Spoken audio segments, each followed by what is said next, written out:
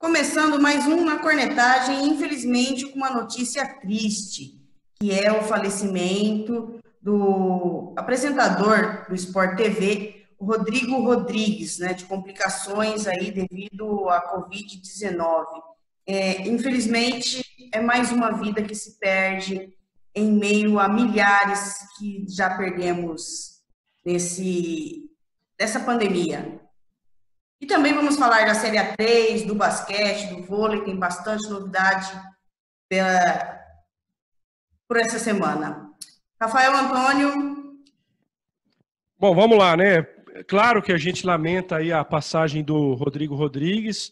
É uma morte que talvez dê um pouco mais de impacto para todos nós, primeiro porque ele é do meio, né?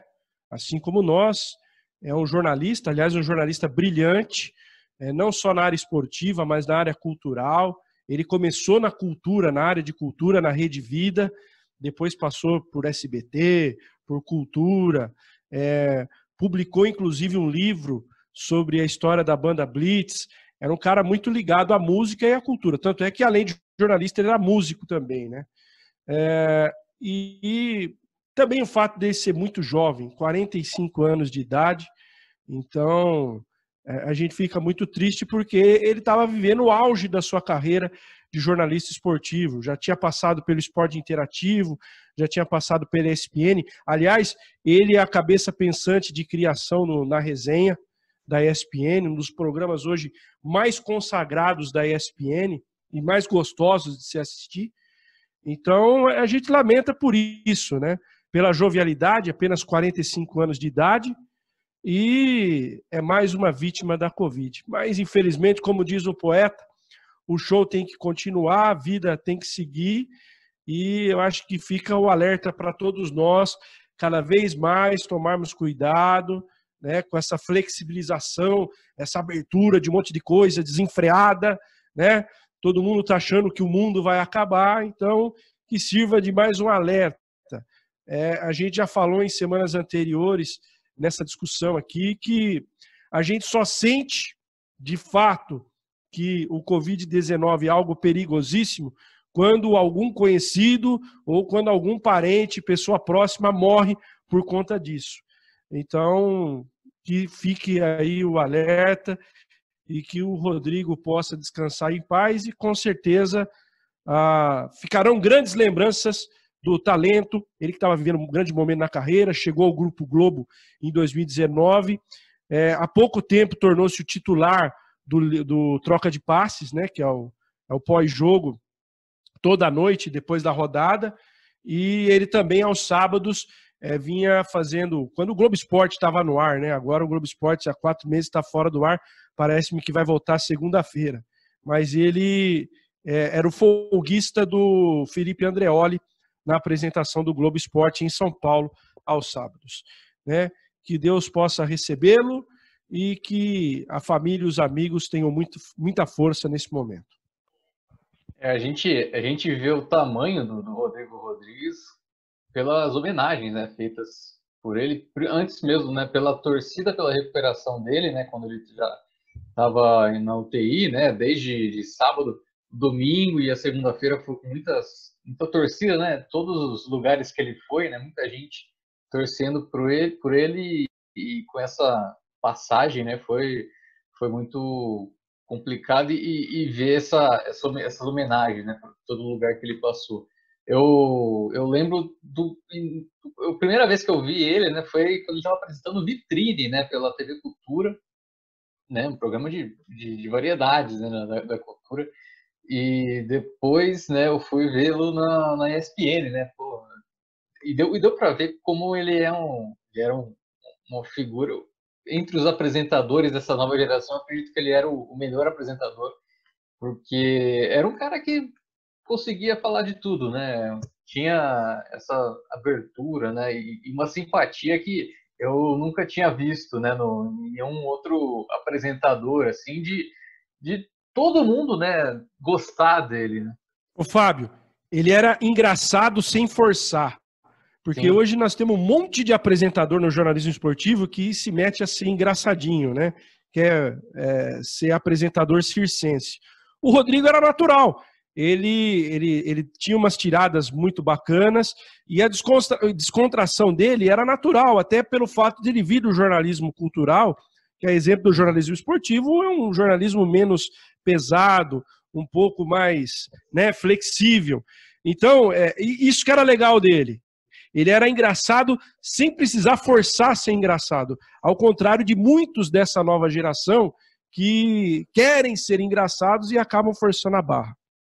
E por isso para o jornalismo, né, uma grande perda, para a sociedade, uma figura como a dele ali, de tanta simpatia, né, sendo esbanjada, né, também é uma derrota, né, para a sociedade e também para a música, né? Ele como guitarrista, né, tinha a banda dele, Soundtrackers, então uma perda em vários campos aí que seja confortada, né, a família dele, que está indo muito jovem. Infelizmente, mais uma vida que se perde. Às vezes por uma falta, um cuidado, né? Uma coisa simples que às vezes a gente não dá muita atenção e acaba... Isso revela o quão sacana é essa doença, né? Quão filha da mãe, né? Ela é, né? Você não pode abrir um espaço ali, você já pode correr o risco de pegá-la e vai saber a complicação que ela vai dar, né? Vai saber se você não entra em algum grupo de risco dela, porque ela é uma doença nova, então não se sabe completamente, né, tudo sobre ela. Então, é sempre difícil e esse é mais um caso, né, de que a gente tem que ficar atento para não correr esse risco. Sim, não tem como a gente saber como cada organismo vai reagir ao contato com o vírus, né? Então, a melhor maneira ainda é o cuidado, é o distanciamento social, para que a gente evite ter contato com o vírus, porque sem saber como a gente vai reagir, né, é meio que jogar na loteria, né? Você correr um risco de ter uma complicação, mesmo você achando que é uma pessoa saudável, né? Então, me deixa muito triste também ver imagens, né, deste fim de semana das pessoas na praia, como se já não tivesse mais nada, não tivesse acontecendo mais nada no mundo, não tivesse o vírus, não tivesse reaparecendo na Europa. Países como a Espanha estão preocupadíssimas, porque tem aumentado o número de casos. A própria Itália também já está pensando em voltar com algumas medidas restritivas. A França tem pensado em fechar as suas fronteiras novamente.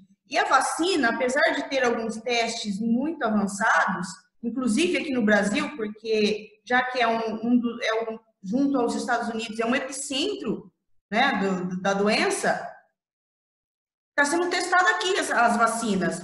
São 2 ou 3 vacinas que estão sendo testadas aqui. Mas isso ainda vai levar um tempo, porque tem que ver se essas vacinas que estão em teste, elas têm mesmo a eficácia de que o organismo de quem recebe a vacina crie anticorpos suficientes para que a pessoa fique imunizada.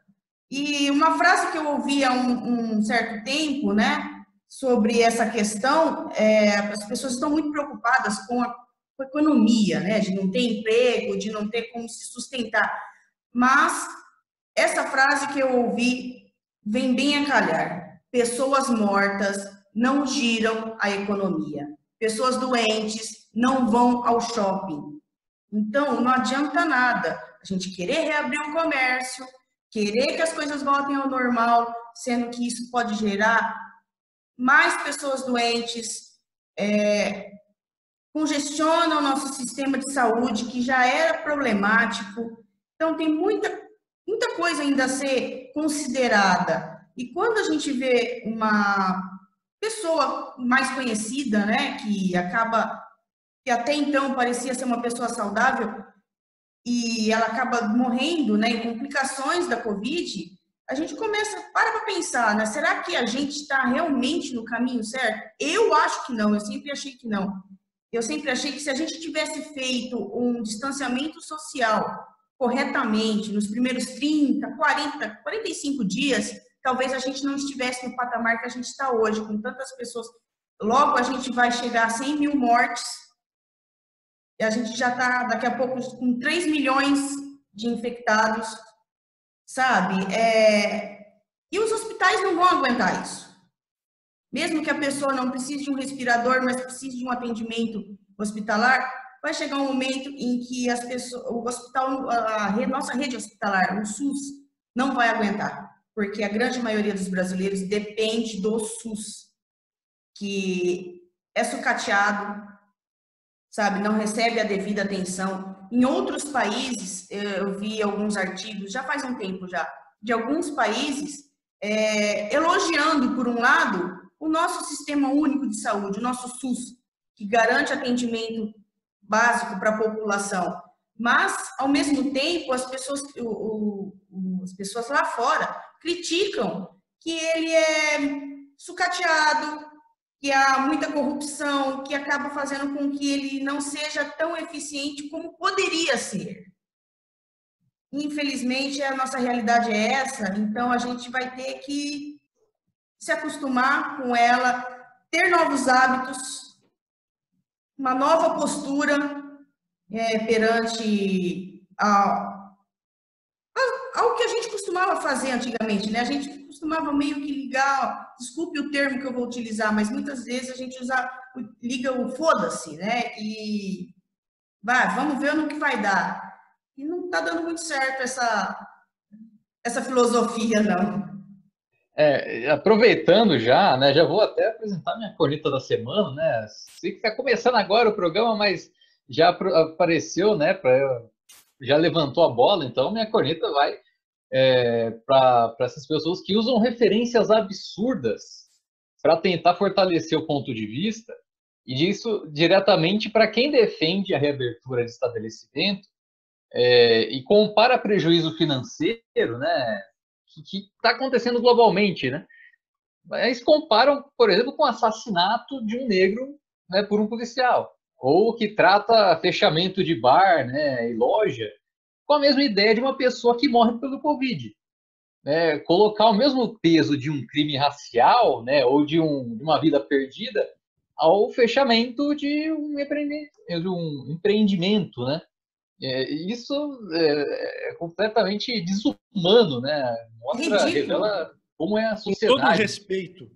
Com todo respeito, o cidadão que fez isso, e eu sei quem o Fábio está se referindo, e não vale a pena aqui nem dizer o nome dessas pessoas, mas o meu conselho a essa pessoa: procure um tratamento psiquiátrico, porque infelizmente a pandemia fez com que o cara não tivesse mais um raciocínio lógico, um raciocínio inteligente para a situação que nós estamos vivendo, né? Eu não vou falar mais nada, né, porque eu acho que não vale a pena a gente ficar dando tanto espaço para esse tipo de pessoa e esse tipo de pensamento. Mas é isso. Fica aqui minha dica. Procure um tratamento psiquiátrico que vai ser bom para você que fez esse tipo de comparação. Ou uma jaula para ficar trancado mesmo. Bom, eu acho que a gente já falou bastante, né, sobre o assunto. Vamos passar agora ao esporte, que é o que move, né, o nosso na cornetagem. Novidades na Série A3, Rafael Antônio? Perfeitamente. Essa está saindo do forno, porque depois de 2 horas, eu imagino o bate-boca que deve ter rolado. Deve ter presidente de clube falando: não, vamos encerrar o campeonato, vamos acabar o campeonato sem rebaixamento, enfim, meu time não vai conseguir voltar. Mas a Federação Paulista, a exemplo do que já aconteceu na Série A1, na Série A2, também para a Série A3 nós teremos a continuidade da competição. Algumas informações importantes: se tudo correr nos conformes, com liberação do governo do estado, tudo bonitinho, a gente não tiver também uma regressão do atual momento da pandemia, né? Porque tudo é dinâmico. De repente, daqui 15 dias a coisa piora aí, tudo para de novo, né? Mas se tudo correr nos conformes, dia 20 de setembro, a bola volta a rolar. Dia 20 de setembro, a bola volta a rolar pela Série A3, com um detalhe importante. O campeonato vai ter as 4 últimas rodadas da primeira fase, depois os jogos de mata-mata, previsão de término dia 21 de novembro. Por conta desse espaçamento de datas, o que eu estou presumindo? Isso aí não é informação, já é uma dedução. Que eles vão fazer, paralelo à A3, a Copa Paulista. Então, provavelmente, a Série A3 seja jogada ou no meio de semana ou no final de semana, e vice-versa, a Copa Paulista paralelamente a esta competição. Por isso, a Série A3, olha só que interessante, né? Agora, para você fazer aí 7 datas, né? 7, 8 datas, você vai levar praticamente o mesmo tempo que o campeonato teria de duração, 2 meses e meio aí no seu início. É porque só vamos ter um jogo por semana, ao contrário do que está sendo feito na Série A1 do Campeonato Paulista. Outra informação importante, os testes de Covid para atletas, comissões técnicas e também funcionários das equipes poderão ser feitos a partir do dia 10 de agosto. Retomada de treinamentos, previsão 17 de agosto. Então os times vão ter um mês para treinar, de 17 de agosto até o dia 20 de setembro, que é a data prevista para o reinício da competição. As equipes poderão fazer novas contratações, aqueles contratos encerrados, poderemos ter a substituição de jogadores. É bom frisar que você não pode pegar jogador da mesma divisão, nem da divisão A2, nem da divisão A1, mas você vai poder aí buscar outros jogadores, e o regulamento está mantido, com descenso e com acesso para os 2 melhores colocados. Então fica aí, nada muda em termos de regulamento, apenas as inscrições dos jogadores. Outra informação importante é que os clubes não pagarão taxas para esses novos contratos, serão isentos do pagamento de taxas. Aí vocês vão me perguntar como é que vai ficar a situação dos jogos. Vai depender muito da situação de cada região do estado de São Paulo em relação àquela classificação, né? Fase 1, fase 2, fase 3. Hoje, dia 28 de julho, nós poderíamos ter jogo na capital, na Grande São Paulo, na Baixada Santista e na região de Araraquara, que são as regiões do estado de São Paulo que estão na fase 3. Agora, eu repito, tudo é muito dinâmico. Talvez daqui a um mês Bauru esteja na fase 3, nós esperamos que isso aconteça, e aí vamos poder ter jogo em Bauru. Então, o torcedor vai ter que aguardar um pouco mais. Não há previsão nesse momento de se ter público nos estádios. Enfim, vai se fazer a Série A3 aos moldes do que está sendo feito na 1 e a partir do dia 19 de agosto a Série A2.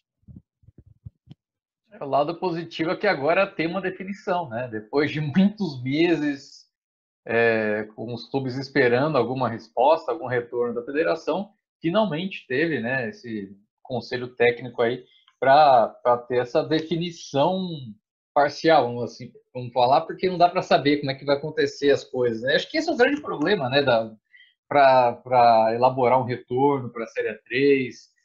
Não se sabe como é que vai estar daqui para frente, né? Não é uma coisa previsível. Eu ainda acho que o mais correto seria no final do ano, até porque tem praticamente um mês, né, de competição. As coisas até lá estariam, espera-se, né, que até o final do ano as coisas seriam melhores. Não iria enfrentar, né, concorrer com competições nacionais, ali, tipo Série A2, Série D e Série C do brasileiro. Daria mais condição para os clubes montar o elenco, né, mais opções, né, de jogadores.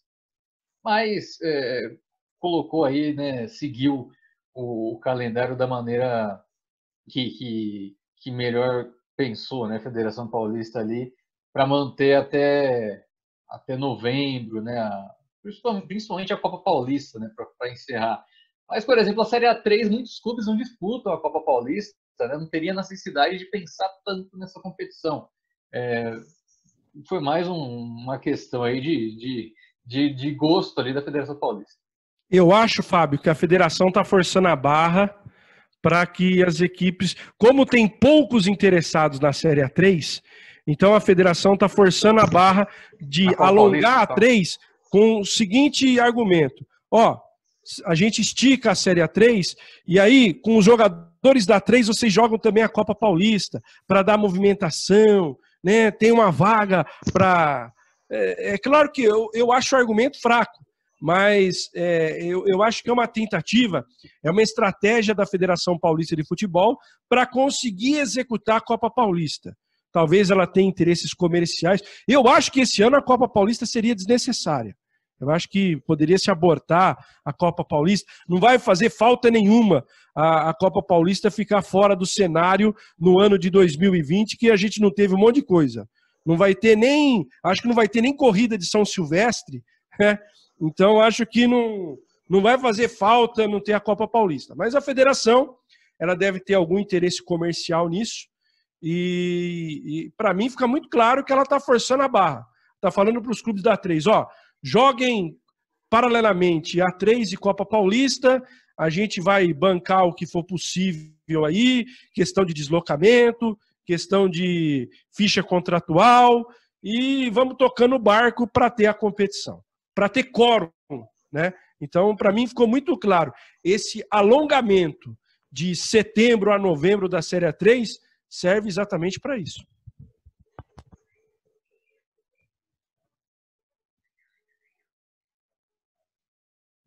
Mais algum destaque em relação à Série A3?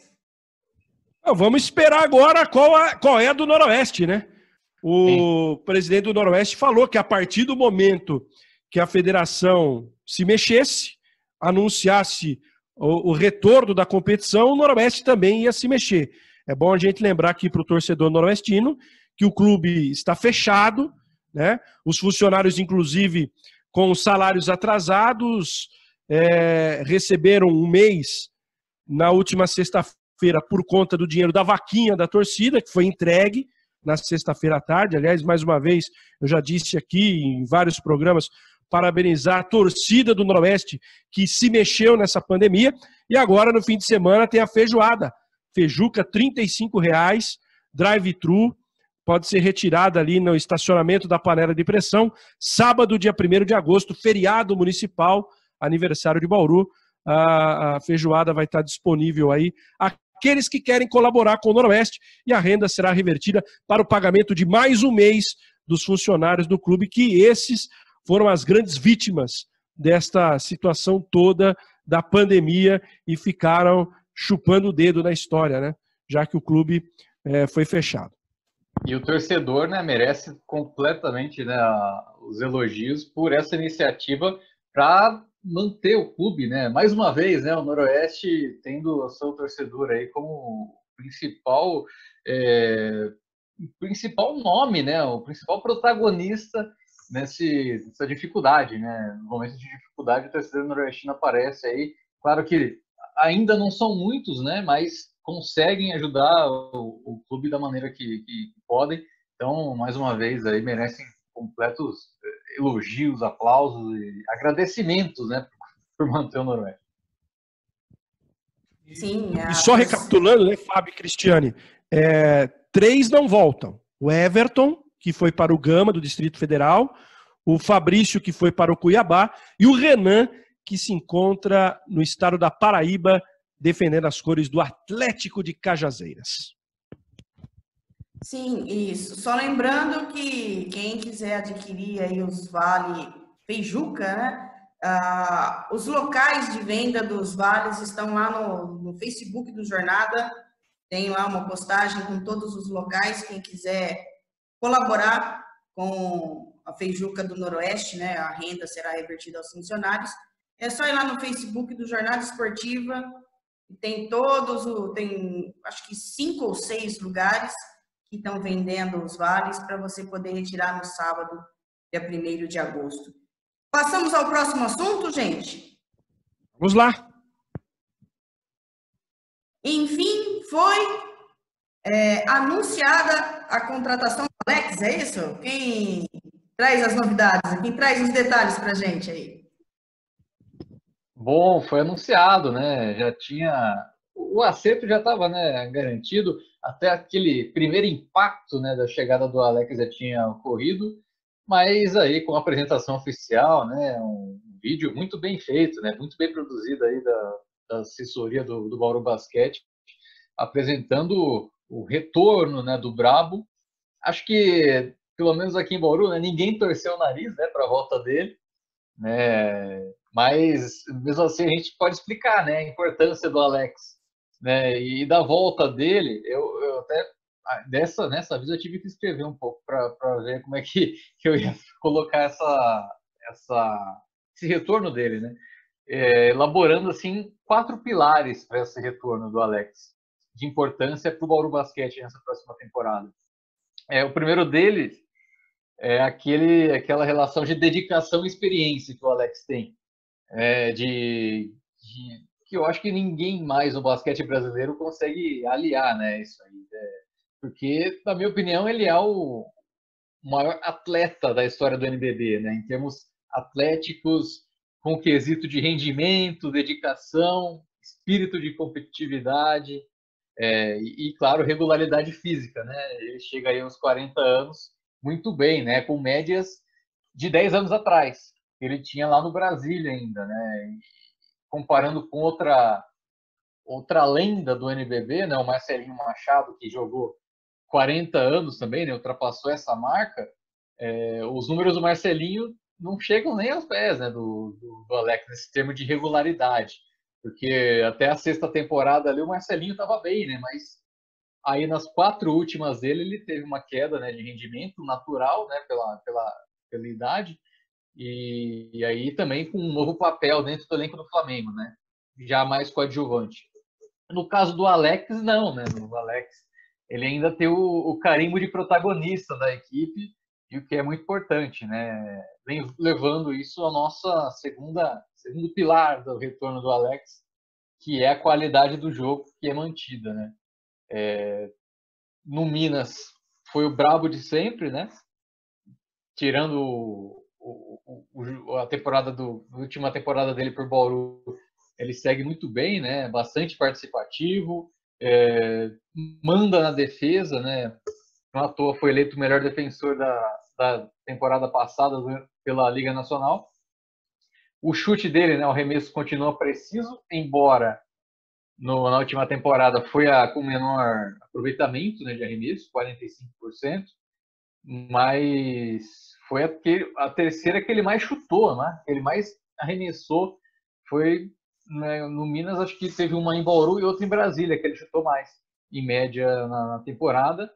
E claro que, né, foi a terceira em arremesso, mas também entra também o trabalho coletivo, né, que vai permitir muita variação de jogo, né, pro Bauru com ele, e também, né, com os pivôs, com a armação do Alexei, do Larry, também nos levando mais um pilar, né, o terceiro pilar do Alex, que é a liderança de elenco, né, que não precisa nem dizer, né, para quem já esteve perto da quadra ali do jogo do Bauru com o Alex, sabe da importância dele, né, de dar bronca nos jogadores, né, na marcação, falando com os garotos, participativo tanto quanto está no banco de reservas, como está em quadra, né, sempre como referência, né, para todo mundo.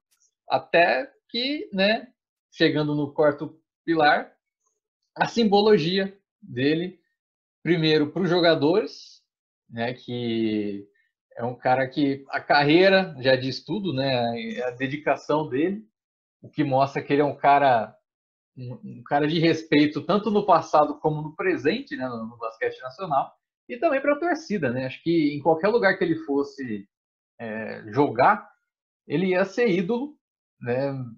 Ele poderia sair do Minas e ir para São Paulo, ir para a Unifacisa, até para Franca. Eu acho que ele ia ser ídolo lá, né? Vale lembrar aquela vez em que teve essa possibilidade, surgiu, né? Ventilou-se que o Alex iria para Franca. O torcedor francano estava gostando, né, da história. Então, eu tenho certeza que ele seria bastante querido por qualquer lugar que ele fosse, por tudo isso que ele mostra. Mas em Bauru, né, ele já tem uma história rica e isso então é ainda maior, né, essa simbologia dele aqui no Bauru Basquete. E pela idade, né, é claro que a gente não pode arriscar dizer, né, mas eu acredito que seja o último time da carreira do Alex, quem sabe, né, se ele quiser, se ele quiser jogar até os 50, acho que ele ainda consegue, mas ele tem aí uma bola para jogar pelo menos mais uma ou duas temporadas aí em altíssimo nível.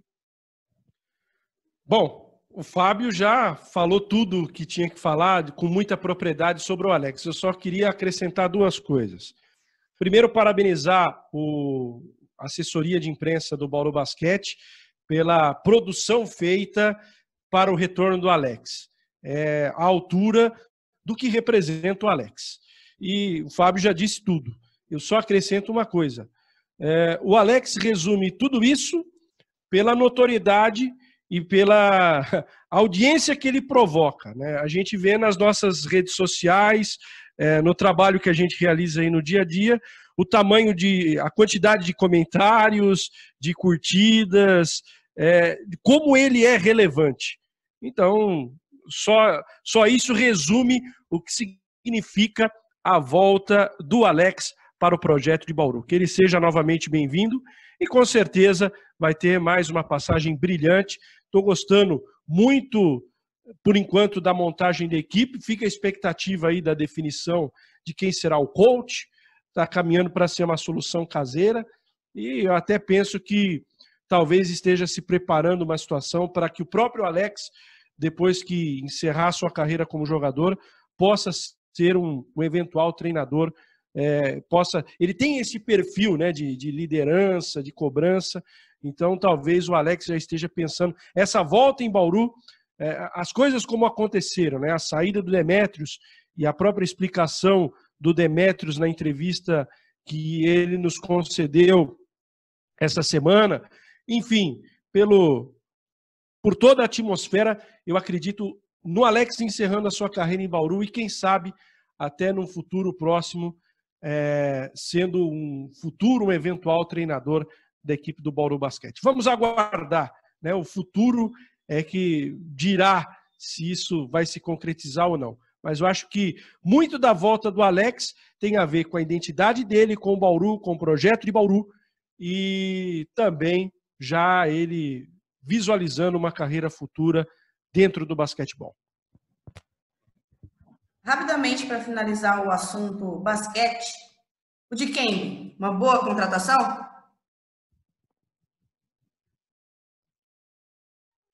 Grande contratação, né?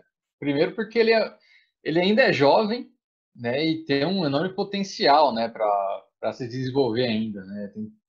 Inclusive nessa próxima temporada, eu acho que ele tem tudo para crescer ainda mais, né? Do que ele já apresentou no Paulistano. A última do Paulistano foi a primeira temporada dele como pivô titular, né? Com mais tempo de quadra e já se apresentou muito bem, né? E o que eu mais destaco dele é que nos embates, né, que ele tem com outros pivôs reconhecidamente, né, de qualidade no NBB, ele foi muito bem nessa última temporada, né? Eu até assustei, né, com os números, mas nos dois jogos em que ele enfrentou o Devon Scott, o Lucas Mariano e o Hetzheimer, em todos ele terminou com duplo-duplo. E com a pontuação, né, o desempenho dos outros dois, né, do adversário, né, do Scott, do Lucão ou do Hetzheimer, quase sempre abaixo do dele. Tirando um jogo do Hetzheimer que ele fez um monte de bola de três, mas dentro do garrafão, o Dikembe dominou.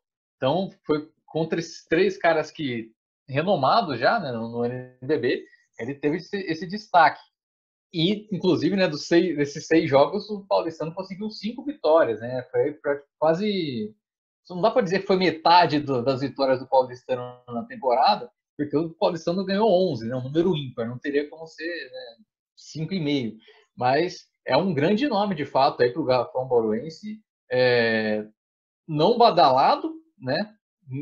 Nenhum clube anterior foi atrás dele, não se pode dizer, mas nenhum clube conseguiu fechar com ele.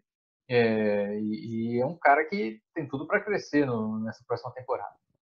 Excepcional contratação e me agrada muito essa mescla que o Bauru Basquete está fazendo entre experientes, identificados com a torcida, como Larry e Alex, e essa juventude representada pelo Alexei e também pelo Diken.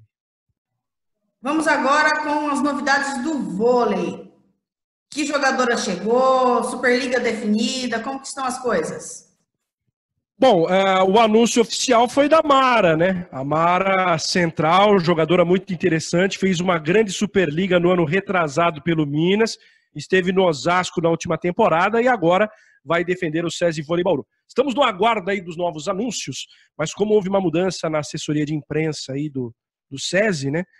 Aliás, um abraço ao nosso amigo Marcelo Ferrazoli, que está voltando para a assessoria de imprensa do voleibol. Ele vai dividir essa função com a Amanda, que responde lá por São Paulo, e agora a Priscila vai para outros projetos profissionais. Mas nos próximos dias deverão ser feitos outros anúncios. A Pamela, que jogava no Fluminense, já chegou a Bauru, inclusive, não foi anunciada ainda oficialmente.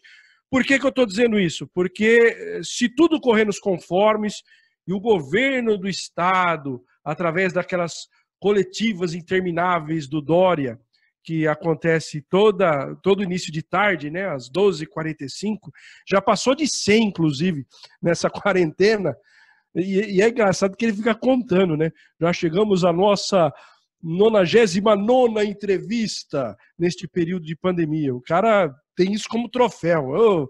Vai ser lunático assim lá no Palácio dos Bandeirantes. Aproveitando o palanque, né, para ganhar aí nas eleições. É por aí. Bom, mas o que nos interessa aqui, estamos esperando que numa dessas coletivas ele libere para que as outras modalidades esportivas, além do futebol, possam retomar o trabalho. Por enquanto ele só autorizou o futebol, e ainda na Série A1, Série A2 e Paulista Feminino, e autorizou as corridas ou os esportes a motor. Então, pode-se ter novamente corrida no estado de São Paulo de automobilismo, motociclismo ou de caminhão. Mas as outras modalidades ainda não foram autorizadas. Se ele autorizar essa semana... Menos a Fórmula 1, né? Que não vai ter mais. Mas essa aí, a Fórmula 1 não vai ter na América, no continente americano. A FIA simplesmente decidiu, não vai ter corrida no Brasil, não vai ter corrida no México e não vai ter corrida nos Estados Unidos. Mas, voltando ao voleibol, se o Dória autorizar essa semana que vem, então o SESI Vôlei Bauru inicia os testes, né?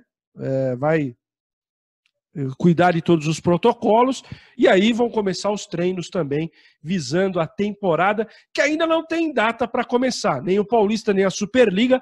A única certeza é que teremos, Fábio Toledo, depois de um esforço sobrenatural da CBV, teremos 12 times na Superliga Feminina e na Superliga Masculina.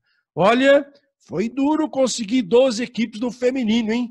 Os caras convidaram Valinhos que não quis, convidaram, o Itajaí já tinha abrido mão, convidaram uma série de equipes. Quem topou a parada foi o São José dos Pinhais, que vai ter o técnico que foi do Curitiba na temporada passada. Aliás, o Curitiba, que está aí envolvido no mar de denúncias de não pagamento de salários, olha, com muito esforço, a CBV aceitou o Curitiba na próxima Superliga. Então vamos aguardar. Com 12 equipes, teremos a Superliga Feminina. E na masculina, olha, também foi difícil arrumar 12, hein? Vai entrar o Uberlândia, o Caramuru, que sempre fica nas últimas posições, vai ficar. É uma verdadeira festa o voleibol masculino e feminino do Brasil. Vamos quase pegando time de outras modalidades, né, para juntar, para ter ali para juntar as 12 equipes. Tirou do útero, como diria Faustão, né, o São José dos Pinhais ali para juntar, e vai ter, né, agora a Superliga com 12 equipes, sabe-se lá como, né, vai ser isso aí, muito provavelmente com uma diferença grande aí entre as equipes. Do Bauru, a gente pode falar que temos confirmadas, né, de levantadora a Dani Lins e a Carol Leite, né? Claro que ainda não foi apresentada, mas a Carol Leite, que era a levantadora reserva do Rio, do Sesc Rio, já está, né, no Bauru. Como ponteiras, aí tem a Mari Casemiro e a Tiffany, vamos dizer assim, né? Embora a Tiffany seja oposta, mas ponteira atacante. E como oposta, a gente tem a Polina Arhimova com a Pamela, né, que você mesmo falou. E centrais, né, a Mara, a Denísia e a Maihara. Tem ainda, né, a Brenda Castilho para ser confirmada, né, como líbero, e ela mas vai ser contratada. Hoje, vou até dar o crédito aqui, que eu não tenho problema nenhum com isso. Tem gente em Bauru que tem problema com isso, mas eu não tenho.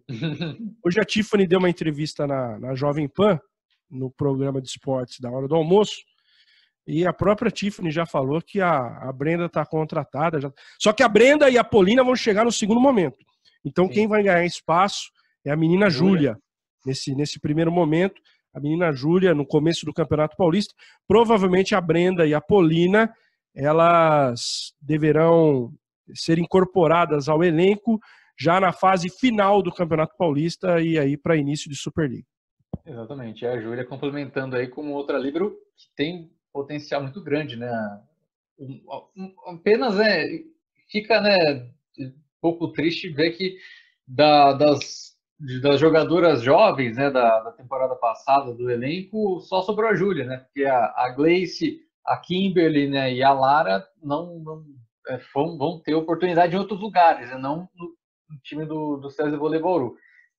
Para complementar até para a gente ver como é que estão as outras equipes, né, da Superliga, principalmente nessas que vão brigar lá em cima, né, com o time bauruense. O Osasco está montando um time até que interessante, né, que agora tem o retorno da Tandara e pegou algumas atletas que foram destaque em equipes menores, né, como a Camila Paracatu do Pinheiros, a Karine, a Sonali, né, até na jogadora do São Caetano, e claro a chegada da Gabi Cândido por lá, né, a manutenção da Bia, da Camila Bright, a Nayane também, né, vai para lá, que era levantadora reserva aqui no Bauru. O Osasco também se movimentou bastante. O Praia conseguiu manter, né, a Fegaray e trouxe aí, inclusive, destaque, né, vai ser um time que vai ter uma questão inédita, né, vão ter dois pares de irmãs jogando no Praia Clube, a Monique e a Michele Pavão, né, que acertaram a renovação, e a Rineire Martínez e a Braelen Martínez estarão no Praia Clube na próxima temporada, além da Mari Paraíba, né, que deve chegar por lá também. O Minas perdeu a Bruno Honório, né, que foi para a Polônia, mas conseguiu manter a Macris, a Leia, a Thaisa, Carol Gataz, né, tá no mercado atrás de jogadores estrangeiras, e deve anunciar a Megan Easy, ponteira norte-americana, que ficou um tempo fora por lesão e tudo mais. A Carol Gataz está confirmada aí no Minas, né? Sim. Eu até vi ela gosta de cantar, ela é de Rio Preto aqui, e ela adora fazer umas lives sertanejas, aparece na mídia aqui, falou, essa é a minha última live porque eu tô voltando para BH para voltar aos treinos. Então ela mesmo confirmou aí nas lives sertanejas dela que vai jogar no Minas. E por fim, essa última equipe, o Sesc Flamengo Rio de Janeiro, que vai manter uma parte aí da base do Sesc, né, com Fabiola, Drusila, Jussiele, Amanda, e tem já, né, a certeza aí da Lorene, que oposta que estava no Barueri, da Valquíria, Sabrina, da Juma, né, indo para lá. Mas ainda falta, né, um nome de peso para substituir a Tandara, né, que saiu de lá e foi pro Osasco. Essa aí eles vão apostar na menina aí que estava no São Paulo Barueri, a Lorene, né? É uma aposta. Sim. Eu acho que a Lorene está pronta. Ela fez uma grande Superliga pelo São Paulo Barueri. Agora, uma coisa é ela deslanchar no São Paulo Barueri, onde a cobrança é bem menor do que no agora Flamengo Sesc. Pode ter certeza que se a cobrança já era grande só com a chancela Sesc Bernardinho. Imagine a cobrança agora Flamengo, Sesc Bernardinho. Aí vem uma nação rubro-negra inteira. Então, para mim, é o grande desafio da carreira da Lorene. Ela ainda não é uma Tandara, mas eu acho que é uma substituição interessante, Fábio. Eu estou muito curioso para ver o time de Osasco. Eu acho que se tem um time que subiu de patamar essa temporada, é o Osasco. Manteve jogadoras extremamente interessantes e experientes, como a líbero, a Camila Bright, manteve a Bia, que é central, muito boa jogadora, e com a chegada da Tandara, a Gabi Cândido para compor o elenco, enfim, acho que o SESI Vôlei Bauru vai ter um rival muito encardido na disputa pelo Paulista. Acho a nossa equipe competitiva, mas eu até coloco neste momento, talvez, pelas contratações, é claro que contratação é uma coisa, bola em jogo é outra, mas eu apontaria até um ligeiro favoritismo numa disputa aí de Campeonato Paulista para o Osasco em relação ao SESI Vôlei Bauru. Mas isso não significa que não podemos brigar pelo título paulista e que não podemos brigar ali pelo top 4 nacional. Acho que vamos ter uma Superliga muito equilibrada, talvez polarizada aí em 5 equipes. Sesc Rio, Bauru, Osasco, Praia Clube e Minas. Vai continuar sendo essas 5. Eu não vejo tanto potencial nas outras equipes. Talvez haja até uma disparidade maior, mas vai ter um equilíbrio muito grande entre esses 5 times. Só para recapitular, passa a lista das equipes que vão participar da próxima Superliga, por favor. Para minha pergunta? Não, então vamos lá. SESI, me ajudem aí. SESI Vôlei Bauru, Osasco, Pinheiros, São Paulo Barueri e são os paulistas, né? Aí nós vamos para Minas, Praia e Minas, Rio de Janeiro, Fluminense, Sesc Flamengo. No Paraná, vamos ter o Curitiba e o São José dos Pinhais. O Brasília, acho que faltou tem mais um paulista que é o São Caetano. Isso, São Caetano foi tão insignificante na última temporada, ele foi o último rebaixado, mas como todo ano o rebaixado não cai, então ele fica. Ficou no corte ali de outras equipes que não vão disputar, mas o São Caetano ainda não encontrou, né, um patrocínio master. Vamos ver como é que eles vão se preparar, né, para a montagem do elenco, pensando na próxima temporada. Rafael, você citou 5 equipes aí que você acha que está num patamar mais alto. E as demais equipes, vocês têm alguma opinião de como poderá ser o desempenho dessas equipes? Não, o Brasília até que manteve uma base legal, trouxe algumas jogadoras interessantes lá de Curitiba. É um time que, assim, não vai chegar entre os 5 primeiros, mas vai dar trabalho, vai ser aquele time que, jogando lá em Taguatinga, vai vender caro um jogo, né? Vai tirar 7 das equipes favoritas. O Pinheiros é uma grande incógnita, porque caiu o orçamento, e aí você tem uma questão vão apostar na juventude, o Sérgio Negrão saiu de lá. Que mais? O São Caetano é outra grande interrogação, a gente não sabe se vai vir só com uma equipe mais jovem, né? Uma equipe talvez aí sub-21, sub-23. O Fluminense costuma montar boas equipes, mas agora com essa pandemia, se já está ruim para o futebol, imagine para o vôlei, né? Do Fluminense.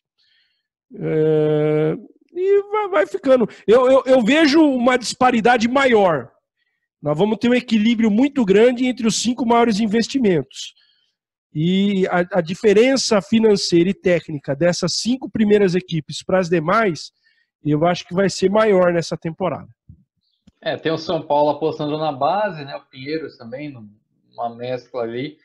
E o Fluminense, se o Fluminense conseguir manter boa parte da base dessa última temporada, já é alguma coisa aí, pensando no meio de tabela. né, para a Superliga. As outras equipes ainda não se sabe muito bem. O Fluminense, parece que a Paula Borgo foi para o exterior, né? Já é um problema, né? Foi para o exterior, pelo menos eu vi. Agora tem Instagram dessas jogadoras aí, você vê de imagem de aeroporto, jogadora pegando o passaporte e viajando. A Paula Borgo foi uma, a Bruna Nori foi outra, né? Então, a Pamela veio para Bauru, a Mari Casimiro veio para Bauru, então o Fluminense teve um desmanche também. Agora, consegue repor muito bem, né? Nos últimos anos, o técnico lá, o Wilmer Dias, consegue montar times interessantes. Vamos ver se ele vai conseguir nessa temporada. Dessas outras equipes, eu estou muito curioso para ver como é que o Brasília vai sair. O Brasília teve um rebaixamento, voltou em quadra, o Brasília caiu e jogou a Superliga B, né? Não foi beneficiado por desistência de outras equipes. Então vamos ver como é que vai. Eu acho, pelas contratações do Brasília, são algumas contratações interessantes. Pode ser um time que dê um pouquinho mais de trabalho, mas eu acho que a disparidade das equipes nessa próxima Superliga vai ser maior. Mais algum destaque, alguma consideração sobre o vôlei? Já bloqueamos e cortamos tudo. Então, vamos às considerações finais. Gostaria aí novamente, né? Oi, Fábio, pois não. Pode ir, Rafa. Eu acho que o joinha e a cornetagem nós já demos no início, né? O joinha vai para o Rodrigo Rodrigues e a cornetagem vai para as pessoas que ainda não se ligaram que a Covid é coisa séria. Exatamente, né? Foi a consideração final mais rápida da história da cornetagem, foi essa aí. Já falamos tudo que tinha que falar antes, né? Fica aí o nosso grande em memória a Rodrigo Rodrigues e um forte abraço a todos. Um abraço a vocês e para você que se liga no YouTube do Jornada Esportiva, acompanhe a gente nas nossas redes sociais, o Jornada Esportiva, o Locomotiva Esportiva, que aliás o Locomotiva Esportiva tem lá o Mercadão do Basquete, o Mercadão do Vôlei, para ficar ligado aí no que aparece aí de novidade também nas outras equipes. Então, e tem o Vagão Cultural, que é muito legal também. Sim, é muito bom. Eu gosto bastante. E para você que nos acompanha, se inscreva no nosso canal, acione as notificações, porque toda semana vai ter um conteúdo legal aí. E na próxima semana estaremos de volta. Um abraço a todos. Se cuidem, por favor. Como eu disse no começo, pessoas mortas não giram o comércio, pessoas doentes não vão ao shopping. Então, algumas coisas têm que ser repensadas na nossa sociedade. Um abraço a todos e até a próxima semana.